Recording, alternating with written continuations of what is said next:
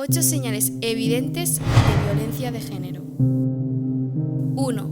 Amenazas y chantaje.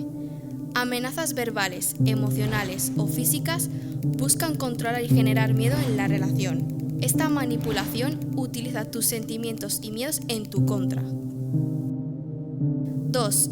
Aislamiento social. Persigue aislar y desacreditar a la víctima de su círculo cercano. La persona abusiva critica constantemente a amigos y familiares para lograrlo. 3. Humillación y menosprecio. Incluye insultos, críticas constantes y menosprecio por parte de la pareja, con el objetivo de debilitar su autoestima. 4. Control excesivo. Cuando tu pareja busca controlar y supervisar todos los aspectos de tu vida.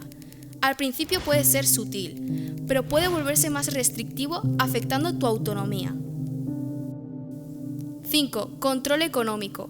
Tu pareja limita tu acceso al dinero, toma decisiones unilaterales y fomenta la dependencia económica, limitando tu independencia y volviéndote vulnerable. 6. Intimidación.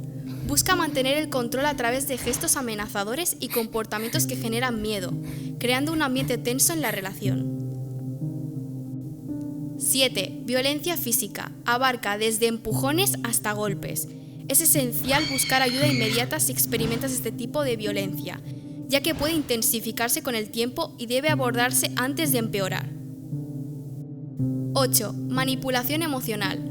Busca controlar emociones para cumplir expectativas, generando culpa y confusión, afectando el bienestar y la toma de decisiones.